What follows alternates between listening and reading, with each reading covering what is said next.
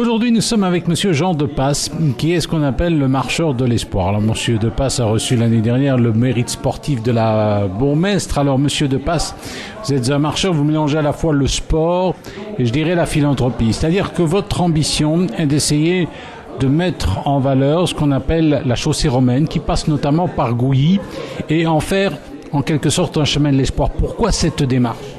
Eh bien justement, ce chemin pour moi vaut une partie de ma vie. Je ne peux pas oublier qu'il y a plus de 21 ans, Douitoises et Douitois m'ont aidé, ma famille, mes enfants et moi, à faire face à une grave maladie. Je n'ai jamais su leur dire merci pour toutes les actes de philanthropie qu'ils m'ont démontré, tant les clubs sportifs que les clubs culturels. L'occasion m'est donnée, en mettant en valeur un chemin que je voudrais voir devenir le chemin de l'amitié et de la fraternité, parce qu'il y a 20 ans, amitié et fraternité, à Douilly-les-Pétons, ce n'était pas des 20 mots, c'était la réalité. Nous sommes avec Monsieur Jean Depasse, qui est le marcheur de l'espoir. Alors, ce monsieur est originaire de Douilly-les-Pétons. Il y a quelques années de cela, son épouse a eu un problème de santé. Les Gouillois l'ont aidé à surmonter cette épreuve. Votre épouse vit toujours. Vous avez des enfants, des petits-enfants, Monsieur Depasse? Oui, nous avons élevé nos 6 enfants, qui, juste maintenant, et j'espère que ce n'est pas fini, nous ont déjà donné 13 petits-enfants. C'est pas mal, hein. Alors, Monsieur Depasse, ce qu'il essaye de mettre en valeur, c'est la chaussée romaine qui passe par Gouilly, mais également par d'autres communes, à Liberchy, etc. Elle vient de Bavay, et en faire en quelque sorte une attraction à la fois touristique et une attraction sportive, et en faire en quelque sorte un chemin de l'espoir. Alors, cela dit, sur un plan sportif, ce chemin, qu'est-ce qu'il fait? Il mesure combien?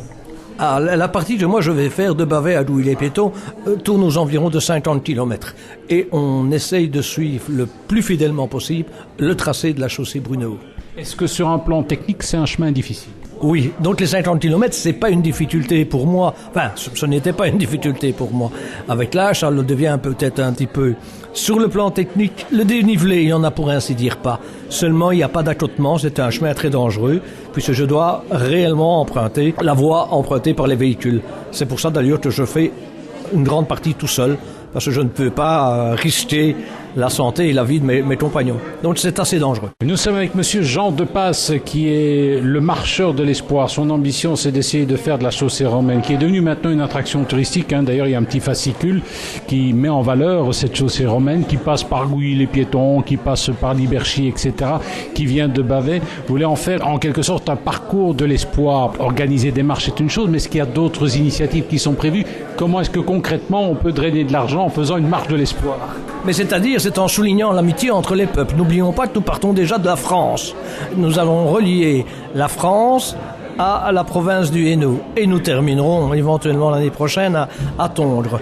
Donc, rencontrer les gens, je crois que c'est un plus maintenant. C'est nécessaire. Les gens doivent se rencontrer, se parler. C'est une question, pour moi, quasiment de survie de société. Merci quand même, les Romains, ils nous ont quand même laissé quelque chose. Mais ils nous ont montré le chemin. Nous sommes avec Monsieur Jean Depasse, qui est le marcheur de l'espoir. Alors, son ambition, c'est d'essayer de faire de la chaussée romaine, qui est devenue maintenant une attraction touristique, hein, qui passe par Courcelles, qui passe par Liberchy, en faire en quelque sorte un chemin de l'espoir. Ce chemin pourrait être au centre de toute une série de démarches philanthropiques. Est-ce que vous avez le soutien des pouvoirs publics pour vous aider, Monsieur Depasse? Mais pour le moment, ça vient d'être lancé. Je vous ai dit, comme je l'ai dit au départ, c'est une question pour moi de remercier les Douitois. J'ai déjà l'appui de cette association qui m'invite quasiment lors de sa fête à prester la première partie de mon défi. Voilà. Rappelons que cette association, c'est une association qui met en valeur justement toute cette époque romaine. Et alors, aussi une chose, c'est que vous êtes avant tout un des responsables de l'association spéléologique et d'archéologie de Gouilly, c'est ça? Oui, moi, ma carrière sportive remonte déjà à près de 50 ans, puisque j'ai plus de 2300 descentes dans Cavité et Doufre. J'ai l'occasion de fréquenter Cifre, Tazief. Donc, quelque part, ma carrière sportive était dans le sous-terre. Actuellement, je passe un petit peu sur terre pour terminer le plus honorablement possible un parcours que je crois avoir été sportif. Voilà, nous étions avec Jean Depasse, le marcheur de l'espoir, un monsieur qui a pour ambition de faire de la chaussée romaine, qui est devenue maintenant une attraction touristique qui passe par Gouilly, Courcelles et aussi un petit peu sur Chapelle et puis également Liberchy. C'est devenu une attraction touristique d'ailleurs. Il suffit de prendre contact avec le service du tourisme de Courcelles et vous aurez toutes les informations à ce sujet-là.